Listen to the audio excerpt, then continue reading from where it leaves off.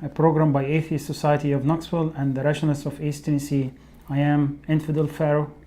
And I'm Faithless Forrest, and we want you to know that if you don't believe in God, you're not alone. Right here in East Tennessee, you can find free-thinking atheists and agnostics. This is a show for them and for people committed to a life rooted in science and unfettered by supernatural beliefs.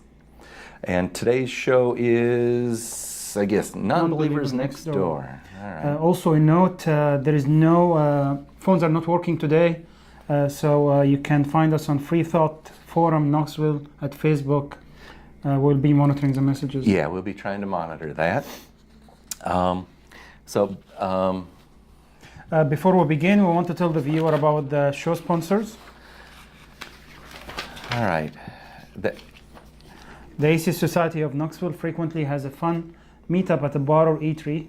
The next meetup is Tuesdays, 5:30 p.m. on Flat and Taps, 7403 Kingston Pike, Knoxville, Tennessee 37919. For details, go to knoxvilleatheist.org. When you get to the meetup, look for the silver-jacked copy of the God Delusion standing upright on the table. And as Delani at Atheist Experience say, everyone is welcome to our happy hour for food, drinks, and conversation. But if you plan to preach, provoke, or punch, please don't. The Rationalists of East Tennessee have regular monthly meetings. See our website, rationalist.org, for details, but the first and third Sunday mornings of the month are usually lectures or lively roundtable discussions. The second Sunday, we hold the Skeptics Book Club, and on the fourth Sunday, we're mixing it up, sometimes with a potluck get-together in a member's home, which we call Reflections. Later in the show, we'll give you our website for visit for additional details, including times and location. So, in the news, I guess? In the news, we're going to do that. All right, do you want to give us an idea? Sure, I'll start us out. So last August brought us a total solar eclipse, and January 31st of this month will give us the lead-in to a lunar eclipse. While the eclipse will be total for some people west of us, it will fall short of even half of totality as the moon sets and the sun rises at about 7:38 a.m., which is before full totality starts. So it's 6:48. The moon is 8 degrees above the western horizon, and the circular edge of Earth's shadow starts creeping onto the face of the moon again. The moon is not fully eclipsed when it sets at 7:38. We will need a very low western horizon to get the most out of this eclipse. Observers in Alaska and Hawaii, or Hawaii as they say there, see the whole eclipse. So you can make your travel plans. Not too late still. All righty. So you've been to Hawaii? I've been like 7 times. So all righty. How many states of the Union have you been to? I'm only missing Alaska. So really? Yeah. All right. I drove to 48 of them. Oh my goodness. So you're far more well-traveled than I am, and I've had 58 years here. All righty. Well, this prophecy of the lunar eclipse is brought to you by natural philosophy, also known as science.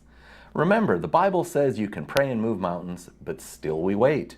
Scientists have built machines that can level mountains, and of this there can be no doubt. So, science, we do prophecy right. Yep. So if you're up at this time or before, watch as the moon enters the Earth's shadow. If you are perspective, just like the ancient Greek astronomer of about 400 BC, you can understand the spherical edge of Earth by the circular shadow you see falling on the moon.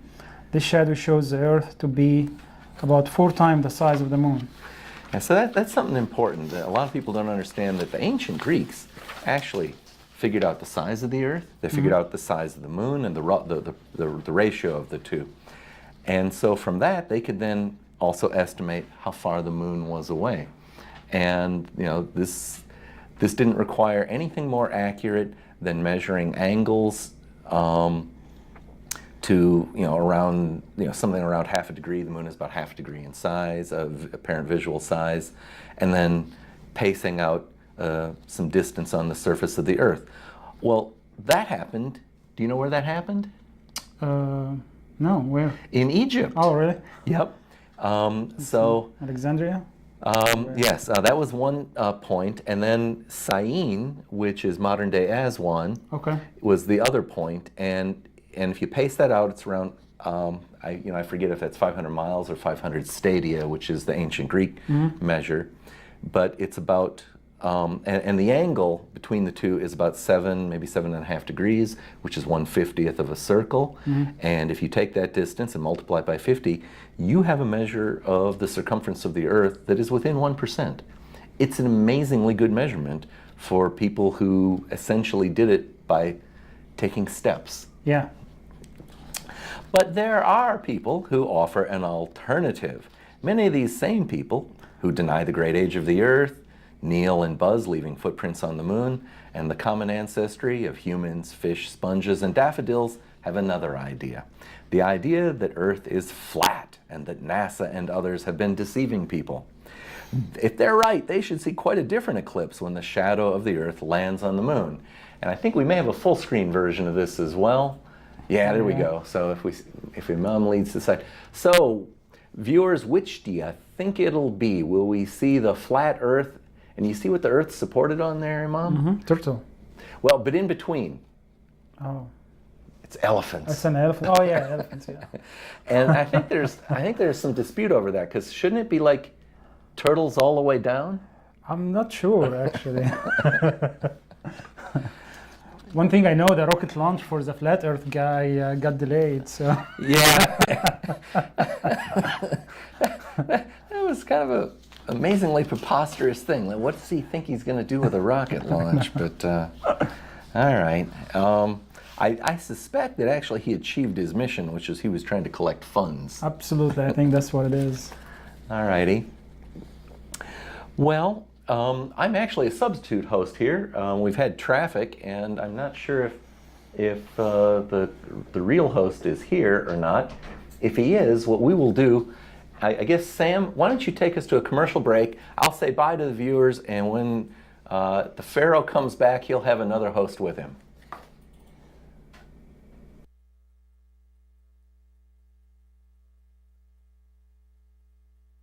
Everyone else? Well, you're not alone. The Atheist Society of Knoxville is a fun and friendly group of people just like you that meets twice a week at a bar or restaurant. We meet every Tuesday night following the show. You'll find our group either inside or on the patio. Look for Richard Dawkins' silver-jacketed book, The God Delusion, standing upright on the table. But if you plan to preach, proselytize, provoke, or punch, please don't. We all question what we believe at one point in our lives. If this is the time for you, come join us for food, drink, conversation, and fun.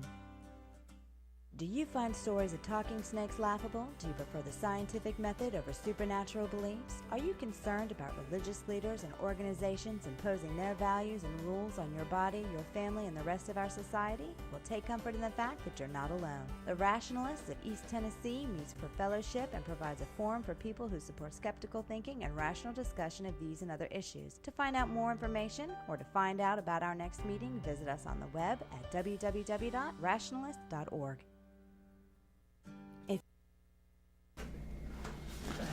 And we're back. I'm joined here with my co-host, Rev. Hello. Welcome. Hey, Mom. All right, and remember, we don't have call-ins, so go to Facebook and try to message us. We have Forrest is monitoring the message board. So, all right. So I guess we're gonna. Last week we focused on humanism. I believe we were interviewing a representative of American humanists.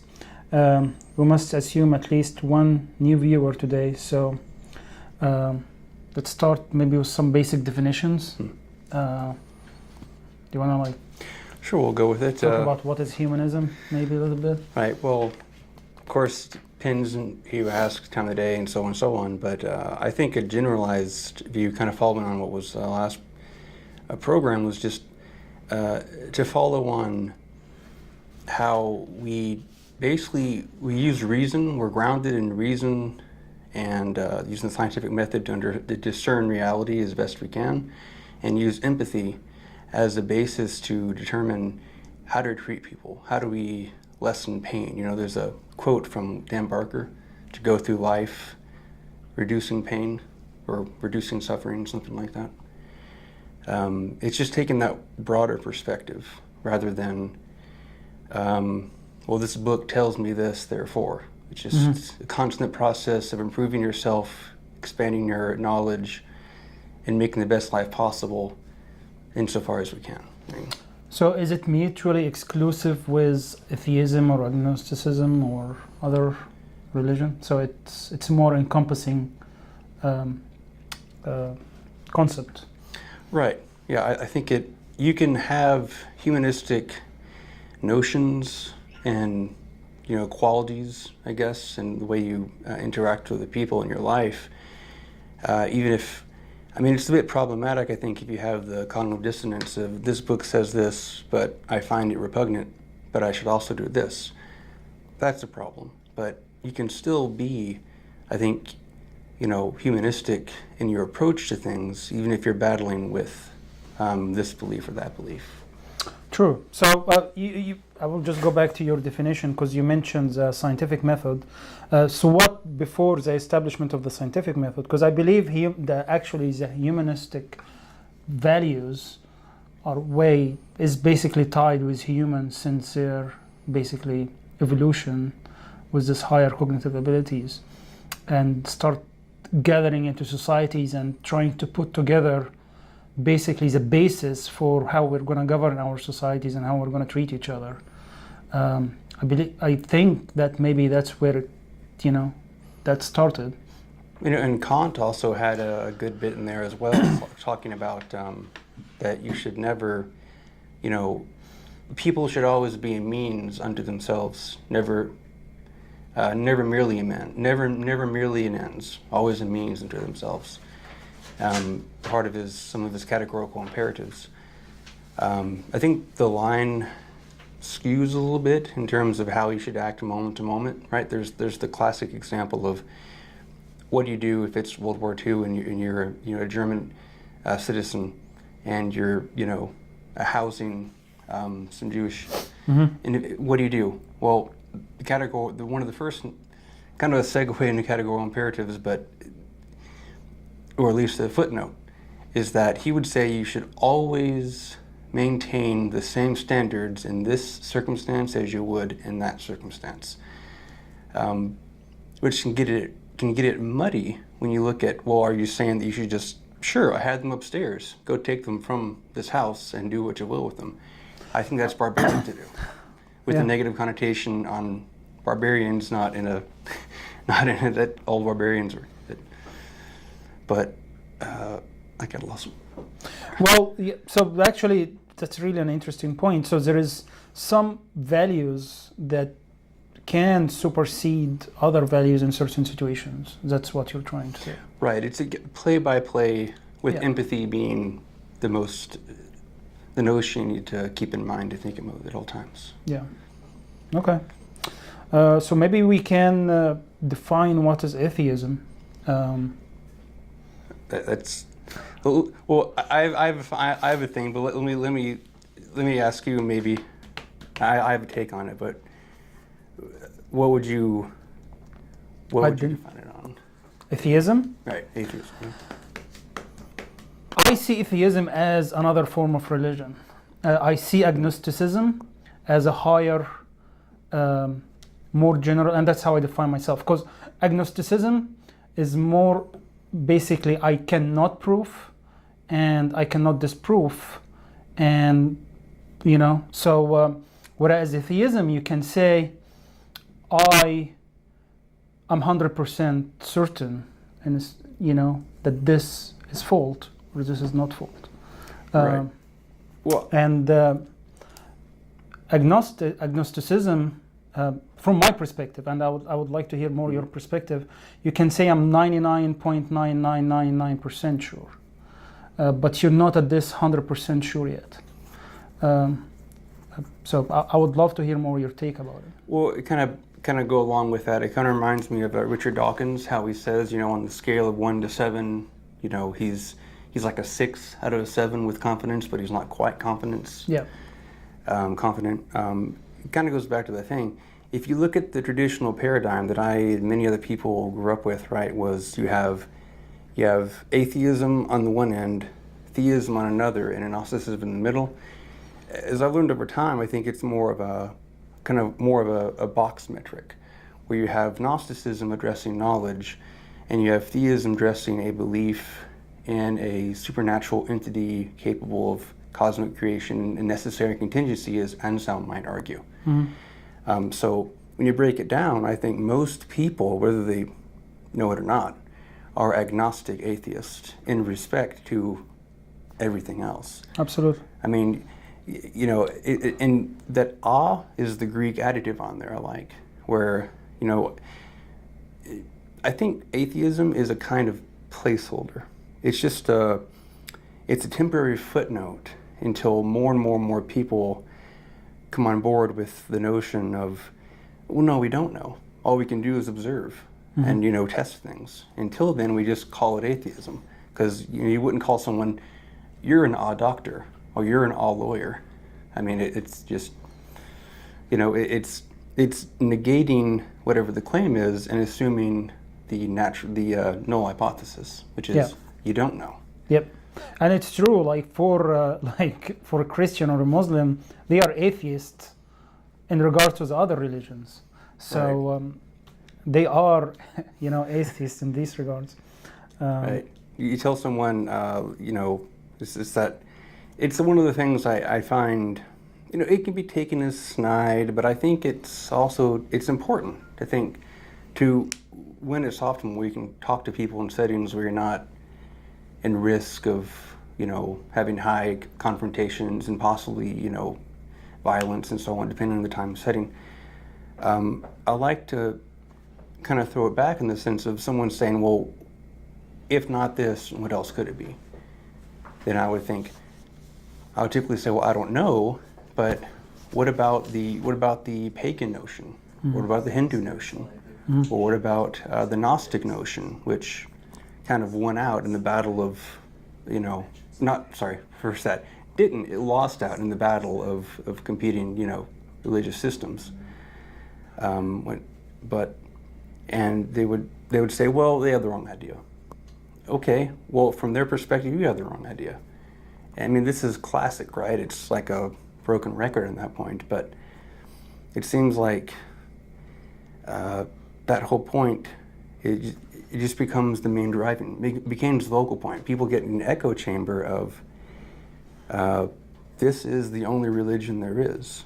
Mm-hmm. There are plenty of others, but they don't count. But that's just really poor thinking, and they just don't even see it as that.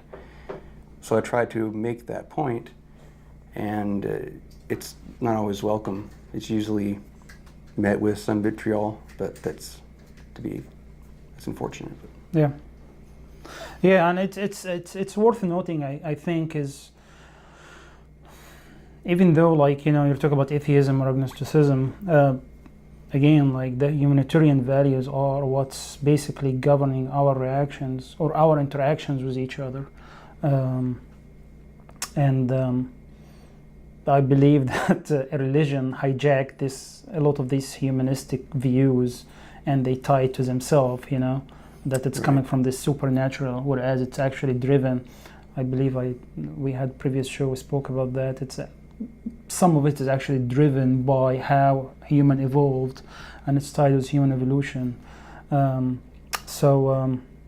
We noticed that there's some people who, very famous individuals, I guess. There's a guy named Ben Shapiro. Yeah. And he's a very cerebral individual. I disagree with him on a lot of things. And he makes this annoying point, and along with Krager, some other people, constantly make these points, and it's become kind of hijacked. You're mentioning as the message. Of, What is the point you're well, making? due to like Judeo-Christian values, because of those, we've brought up society out of the depths of so on, and nothing could be further from it's the opposite of that. But it's just the hijacked message, and it's It's very actually the frustrating. interjection of humanitarian Right. values Right. with humanitarian values that allow them to basically to reform the Christian values to be Right. where we are right now. So Yeah, that- we had that's the pretty false. Enlightenment, and Exactly. yeah. So, But- all right. So I think there was some definition war that we wanted to touch on, maybe.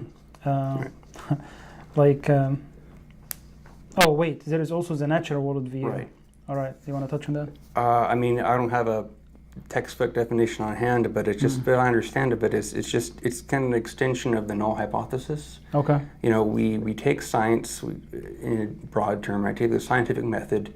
We test things empirically, falsifiable, repeatable, and we use a reasonable inference for things we can't see directly. We look for evidence, and we just use all these methods to try to determine what is the most likely candidate to explain the ostensible reality of what we see before us.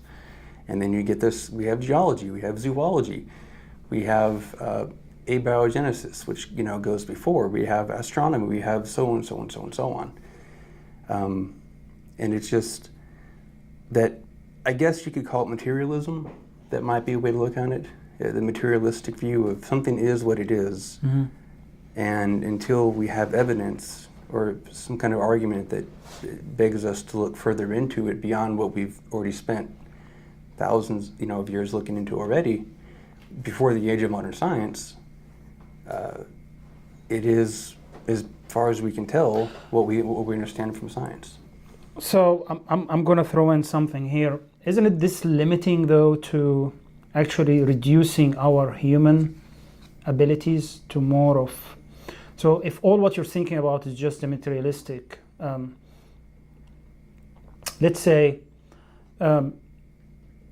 I see science and philosophy, both of them adding to human, and we wouldn't be where we are without both of them. Right. And I think removing one or the other is going to take away from humans. And the reason is, if all what you're doing is just observing, which is totally fine, you know, and you're validating what you're trying, your experiment, you're really limited to your means or your ability to create your tests. Whereas if you start interjecting philosophy into views, especially for these more of like bigger pictures that can really, like, sometimes science just cannot, or we don't have the mean yet to test for it. I think it adds to the human, I would say, imagination and human abilities, I think.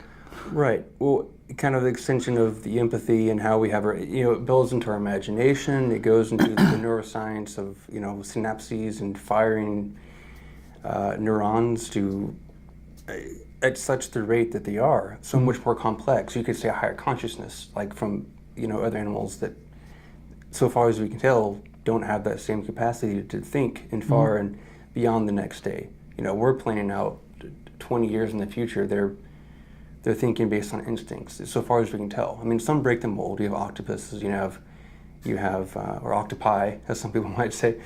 I'm not sure which one it is. You have dolphins, and you have some other animals. You know, they're pretty crafty individuals. You know, of course, you have orangutans, and but by comparison, you know, it's not. We can plan so much further to the point that it is just generalized as higher on the conscious scale. Yep. And I was going to, right, so my major happens to be philosophy, and I really enjoy that. I mean, and I think that's kind of adding to the science angle and the philosophy angle. You know, being the love of wisdom, right? Philosophy. It is. It's, you know, like I am a scientist, so I recently start diving more into philosophy, and I'm seeing my mind is really, it's opening just different dimensions, you know, that's actually aiding me even into my just day to day and how to think about things, you know. So I think it's both of them are really important.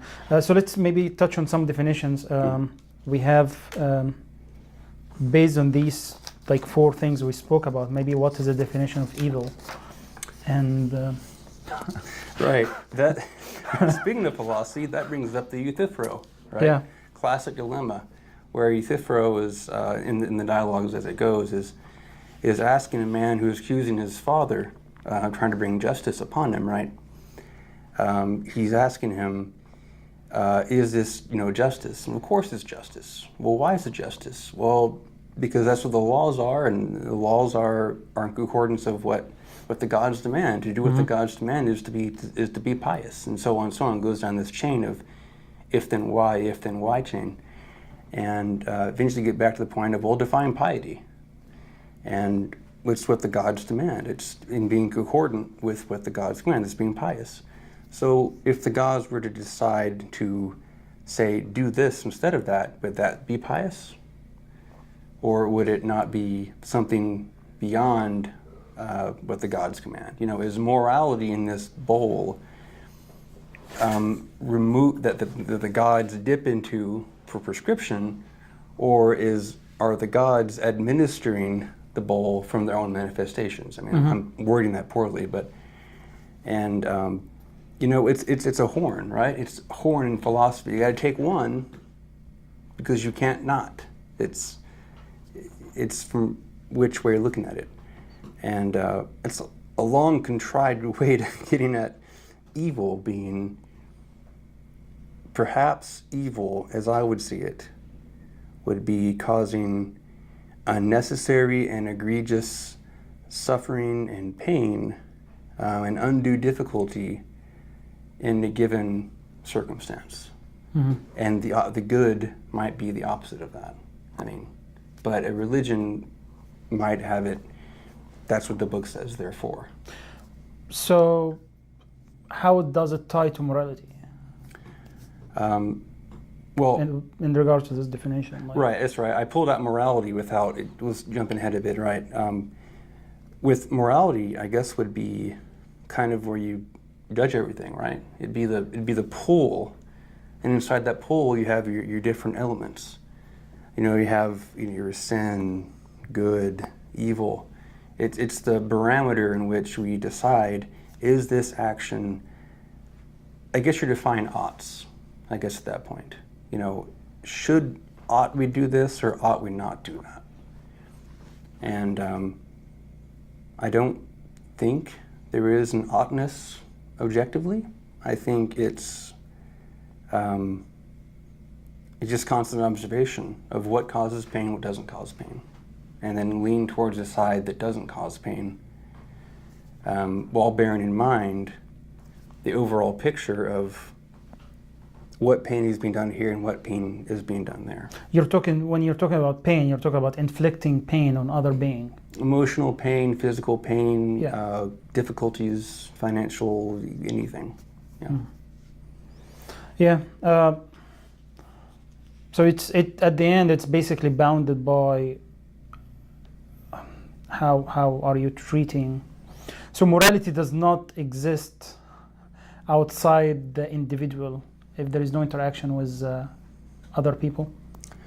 Well, I think, yeah, morality would, I mean, my haphazard attempt at it would be just, it is contingent upon how you treat other, I would say people, but you could say, you know, life forms in general, you know, animal abuse and so on and so on.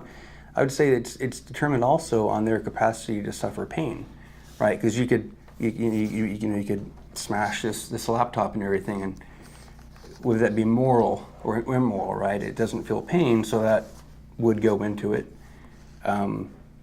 but so what if someone gifted it to me and they put a lot of time and effort into gifting it to me? It was an expense on their end. That would be factored into it. So, but that goes back to the person themselves. You follow the chain. I've heard a take on quarks, right? Is a quark, because it's spinning up and spinning down, being unethical? I mean, I don't think that it's hard to make that argument. I mean, but yeah, I think it's how you relate and interact with other entities. It's how it would be, make it succinct. So can it be like, so if we took this definition that it's basically suffering of other being, how can it, is there any cultural element to it? Well, yeah, I think it's inescapable. I mean, from the anthropological perspective of it, culture is dynamic. It's always changing. It's always adapting. You have inculturation, you have acculturation, you have inclusive change, and then you have violent, unwanted, forceful change. Take, for instance, back in the 1700s, the Russian fur traders were coming over to what was, then would have been Alaska now, and you had the Inuits up there, the Aleutians, and they basically, because the Russian fur traders were Eastern Orthodoxy, well, they came in and over time pretty much just destroyed the culture. And now it's Eastern Orthodoxy up there in the same areas. When I was visiting in 2015, now there's some are areas where they preserve languages. They want to make sure you keep a language, you keep keep a culture, you keep your roots for posterity, for historicity and so on. But they had very different views, the Aleutians and the Eastern Orthodoxy. I mean, it's entirely contingent upon where your perspective is, what your framing is going into a different situation, that their reality is just different than yours. I mean, it's contingent, Yeah. So because like for me, for example, I will just talk from personal perspective. My definition of morality is treating people the way I would like to be treated. And treating them fairly as if I'm treating myself. So that's my definition of morality. So that can, in this sense, my morality does not change if I'm here or I'm in Egypt, or if I'm in another culture. It's driven, basically by this basis. Whereas if we just tie it with culture, it brings like more, I guess, like gray areas, of like being where you are, or like who are you dealing with. Right.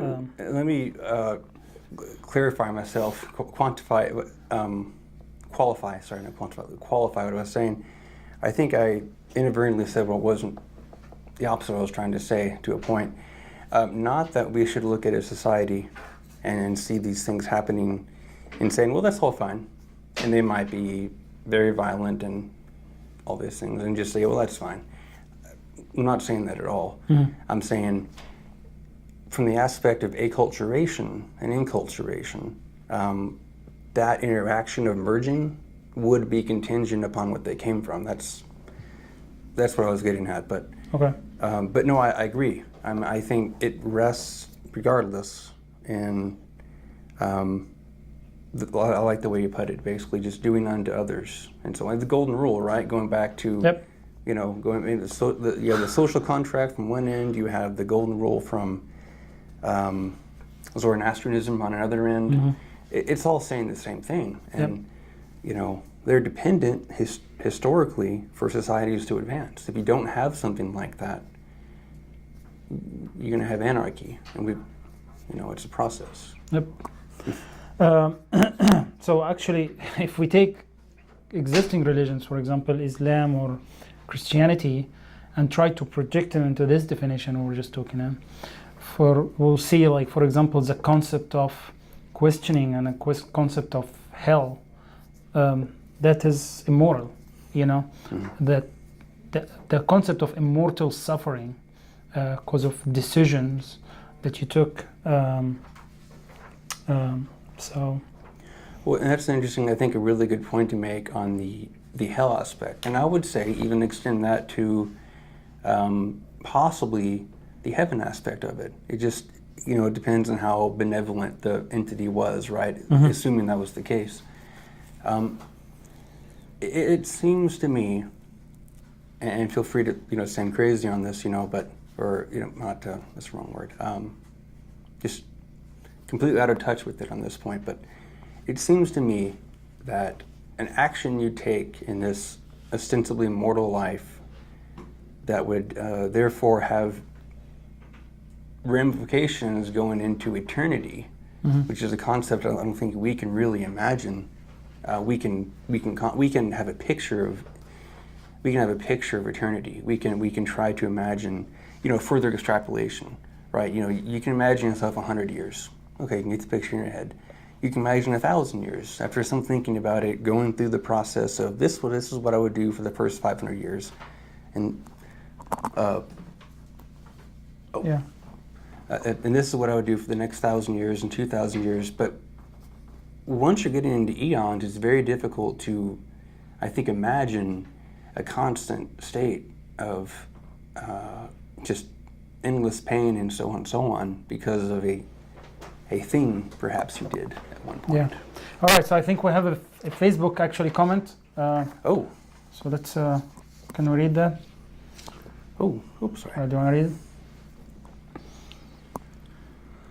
Okay. So it says, call yourself what you are, but don't shy away from accurate description because you're scared of the word. Right. Not sure if I'm... Well, I think the connotation, I could be wrong, but the connotation there is typically when I talk to people, if you say you're a free thinker or someone who went outside the box or I used to think myself more of a pantheist type thing. When you look at the definition of going back to atheism itself, right, as I think is more of a placeholder, I think it's accurate in the sense to say that, well, you're presenting a claim, and I'm saying, okay, that's your claim, but I'm not convinced by it. So in that sense, you'd be atheistic in regards to whatever this claim, whatever the claim is. Yep. Right. Yep. And to say that I'm an atheist is to say that I am not convinced by your claim, and it's been going on for a long time to try to prove out these claims, and it just keeps on not being convincing. Whereas I see some people, there's a lot of different words, nuns, for instance. There's a lot of different words, and I think it's contextual because sometimes in the work environment, around family, you can say a word, and they will have really big emotional reactions to those words because of what they think it means. But I don't think it's I agree with you, but like when I was saying my definition had nothing to do with being shy or not shy with the word. As a matter of fact, I think atheism is usually a step when you go, like when I left Islam, I was calling myself an atheist, and I was very vocal about it, and I called my family and told them, hey, listen, I'm an atheist. Pretty brave. And it's pretty brave. Well, I had to say it, but and then after being in this state for a while and thinking through it and start thinking about other things, I fall more into the agnostic bin, and as my views evolved. But I agree. I agree with the comment. You should say who you are and don't be shy of it, if that's the main point of the comment. So, all right. So I think actually a fun fact. Okay. I think we have to go to break. I think maybe just the next page over. All right.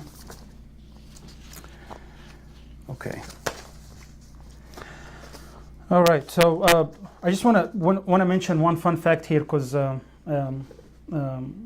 have it here that was put in the notes, which is Freethought's community's many persons are there because of their discomfort into the idea of hell, and research into the Bible, both the Hebrew and Christian, and eventual discarding of the whole thing when recognizing it for the man-made myth that it obviously is.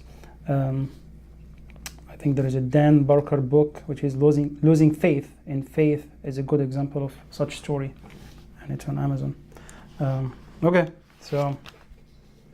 Well, yeah, and the kind of following up you said about the opposition to hell. I think that's one thing that's a good point. It's not so often it's the case, and you can see memes all over the internet, and personally talking with people, plenty of stories of this.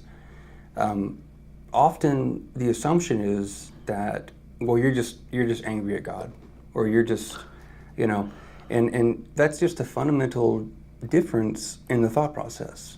So yes, I'm opposed to the notion of hell because I think it's morally repugnant, but it's not because I want it to be true. Mm-hmm. It's because the concept of it, if you look at perhaps the reasoning, as best we can speculate, for instance, the invisible dragon parable, mm-hmm. Right? Or invisible garden, or whatever the case is. For anyone who doesn't know about that, it's just basically you walk into a garden, there's all your hedges are trimmed, all your flowers are picked, all your ground is tilled, and someone says, well, what's doing that? It must be an invisible gardener. So you set parameters and apparatuses to detect this gardener. The gardener is never detectable. So the person comes back and says, well, if it's not detectable by any physical medium, then what's the difference in it not being there at all? Mm-hmm. And so, to that end, that's where the reason I think is differs when people saying you're just angry at God. Well, no, it's that I don't really think there seems no evidence there is a God to begin with. Once you start peeling back the layers, then you just get more and more questions and uncertainties.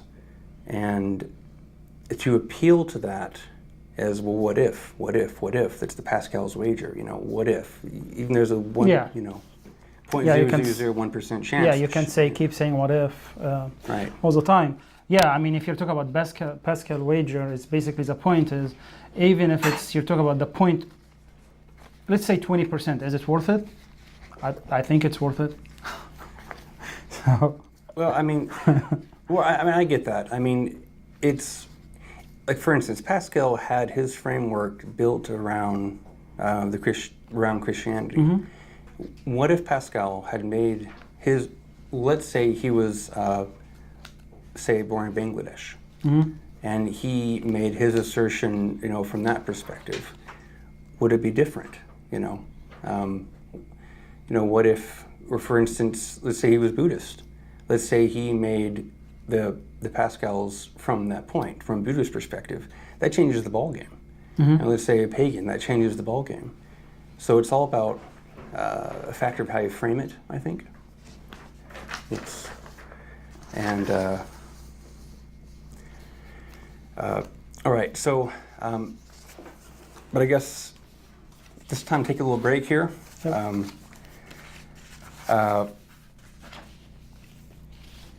Do break without videos. All right, and we will be back after just a few moments here. Do you take a? Oh, no video. Okay. No video. All right. No video. So. All right. There you go. So in case you're just tuning in, this is Freethought. This is Freethought's Forum, a program by the Atheist Society of Knoxville and the Rationalists of East Tennessee. Freethought's Forum is funded jointly by them and by the individual contributions. We want to thank DW for substantial funding for this show. We have moved, this is our new regular time, every Wednesday from 6:30 to 7:30 p.m. Eastern on Knoxville Community Access Television Channel 12 or Channel 194, depending on your local cable network. Tell your out of town friends to see us streaming online at ctvknoxville.org. All right, today's show is live. It's Wednesday, the 10th? 10th, yes. The 10th of January 2018. And you can call, well, we only have a number, but that's in the process. But right now there's the Facebook forum, Knoxville feedback commentary on there. Ask questions. So, right. yeah. All right, so I think we'll go on a short break. No break. No break. No break. But just sponsors. Sorry, it's a bit. It's the new year. It's the new year. It is. All right, so. Right. So the AC Society of Knoxville, or ASK, meets one or more times a week. We have evening meetups for fun, food and drink conversation.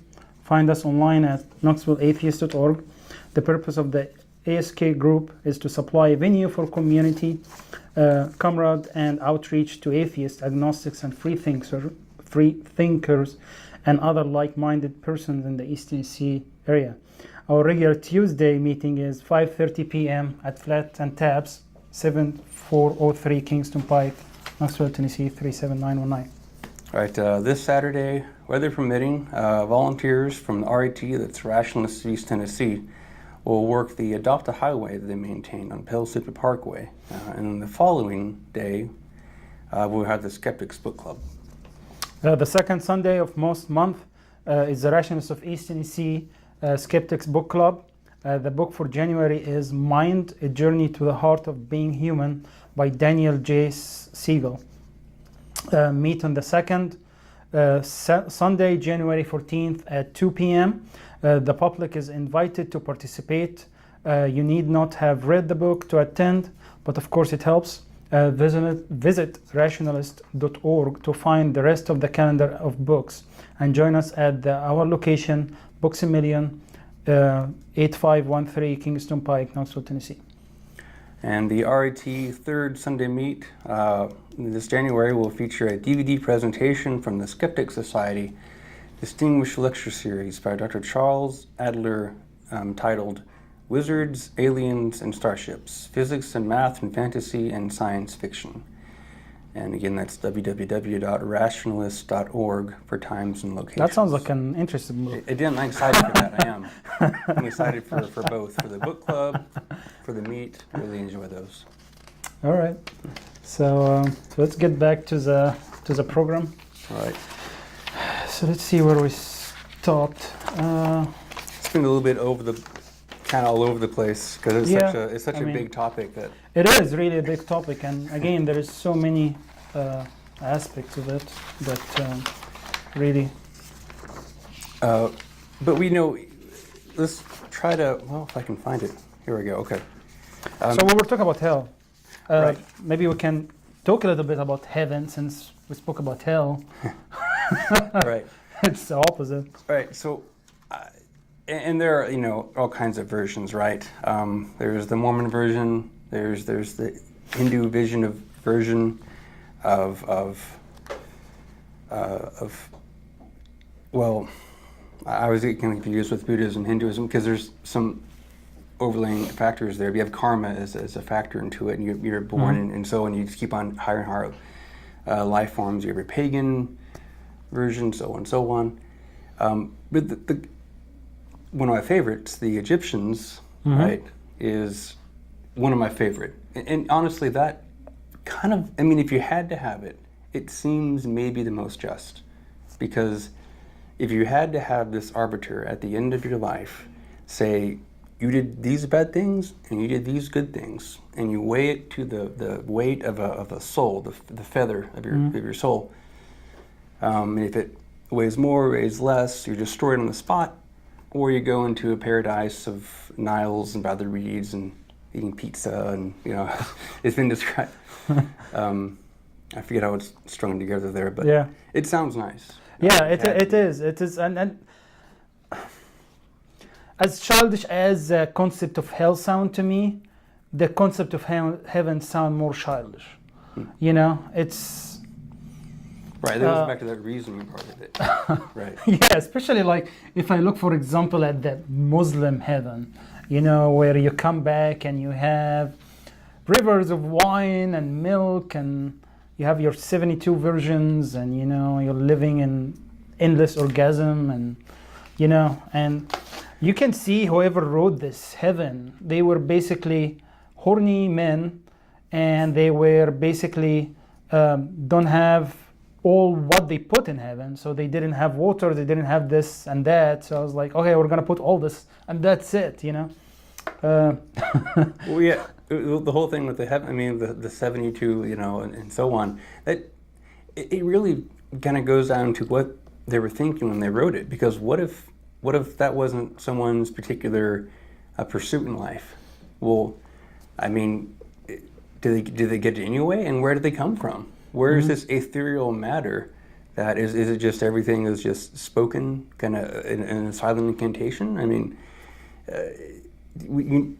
it's a whole lot of wishful thinking, right? When you just make this concept, kind of like going back to not Anselm, it might have been I forget the name now, but so you have this thing of the it might have been Anselm, the greatest conceivable being, that which exists and no greater thing can exist, right? Something to exist outside of your imagination is greater than to only exist within your imagination. Therefore, the greatest conceivable being would have these certain qualities, and so on, so on, so on. And it must exist because it's the greatest conceivable being. It gives this little string of premises to get to the point where concept to reality. But you can do the same thing for an island, which is the classical example was used. Is I can conceive of an island where I can ski down the slope and sit in the hot summer sands and rest off cool at night all in one island. But it has no bearing on if it actually exists or not. Yeah. And it's the same way with heaven.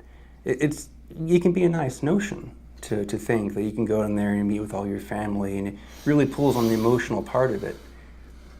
I should say, emotion of the heart, But isn't it like, just if you think about it, so after a while it's going to get old, it's not going to be heaven anymore. Right. So like you're in heaven for with all your siblings and all your loved ones. 1 billion years. For like 1,000 years, and then you're going to start fighting in year 1001, And are you even, and are you even you at that point, right? Because, I know, it's just, the concept itself, it just doesn't make sense to me. It's going to get old, and it's not going to be heaven after a while, it just does not make sense. Yeah, and a highlight there of if you're even yourself or not, I think is really important, because, it's as it's described. If you go up this, you die, and you follow these requirements, and you go up there, and your soul, however poorly defined, goes up there and has this form, and it's perfect, so flawless, and so on. How do you define flawless? Whatever, it's all these unexplained things. At that point, are you even yourself? I mean, if all pain and misery and suffering are gone, which comprise our consciousness and how we perceive reality, are you yourself anymore? Because then there's a part of you that's missing that kind of denotes how you act and how you think about things. I mean, it's just kind of a bold assertion to say that, there's this actor, I just pour both names on the spot. He did this sky god thing, sky cake.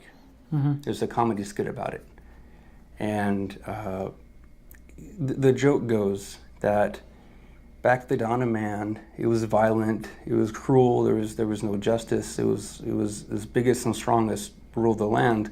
But then some other individuals said, I can concoct this story and say that if you're good to people while you're down here and not perpetuate all this violence, when you die, there's a place up in the sky, and you'll get to keep all the cake you want. And that apparently worked. So that's the comedy skit. I'm forgetting the name. But it just seems like a nice notion. And I'm rambling on long. When people separate morality from heaven or hell, I think that's where you make the progress. If it's tied to argument from fear, then that's where the stunt is. Where you'll say, well, no, I'm a progressive person. I like all these things. Mm-hmm. but the good book says I have to do this, therefore. That's problematic. Yeah. You know? Yeah. But I mean, both of them are tied to death. And what if human at some point were able to defeat death? And we reach a different stage in our evolution that we went in bifurcated in a completely different direction. Like how are these notions even gonna stand anymore? It just Well, it's true. Technology, the way everything's coming along. We have CRISPR. People live multiple times longer than they did, some several hundred years ago. Where things are improving so much to the point that the concerns we have now, the premiums we pay for things, the added difficulties with things are going to be slowly, as they become part of information technology, kind of baked into complacency that we take for advantage with electricity and these chairs and so on and so on and so on. It's going to happen. But yeah, exactly. I mean, what becomes the point when 150 is the new, is the new 60 or the new 70 because of health, because of technology. Yeah, things change. Yeah, or you achieve morality through different means. So if you think about it, all this whole like afterlife and all this is basically, it's a way for human that they wanted to achieve immortality. Whereas right now there is different ways to achieve immortality, not from a sense of being alive, but at least to preserve your legacy. Or if let's say in a few years we're able to download your brain, or transfer your consciousness, it's basically you achieve the immortality in a different sense. That was the goal of Gilgamesh. Yeah, that's the whole thing, is to achieve immortality, and ironically, in a way, kind of sort of did with his his writings. Yeah, the epic. Yeah. All right, so I think we're getting close to the end of the show. So if there is anything else we want to touch on before, because I think in about a minute we need to do our closing. Well, I would just try to put it out there again that if one is considering to, let's say, be preserved around their family member who may or may not be, maybe they're homosexual or something, and maybe you don't agree with them, but regardless of that, do you treat them any worse because of what a book says to bring them before your elders and stone them and everything? Or do you say, no, that's a book from a long time ago, this is the now, I feel this now, I can see this now, let's treat people well and try to progress from there. I would say to challenge people to consider that. Yeah. No, I agree with you. I think it's time for people to think really more with humanitarian perspective and just get rid of this dogmatic, useless views that are just so obsolete and it just does not exist, does not belong to our current society and during our current stage of being humans. So I think we're at this mark where we need to start wrapping things up. Get out your pen and paper. This has been the Freethoughts Forum, a program by the Atheist Society of Knoxville and the residents of East Tennessee. You can give us feedback by email at freethoughtsforum@yahoo.com or on our Facebook page through Freethoughts Forum Knoxville. And thanks for the comment we got. You and your friends, they can see this show on Wednesday evening, 6:30 to 7:30 p.m. Eastern Time on this Knoxville station and online at ctvknox.org. Right, and in addition to any call-in guests, we would like to thank, everyone here, I guess, Faithless Forrest and Sam, technical support and staff at CTV Knox and all our viewers and callers.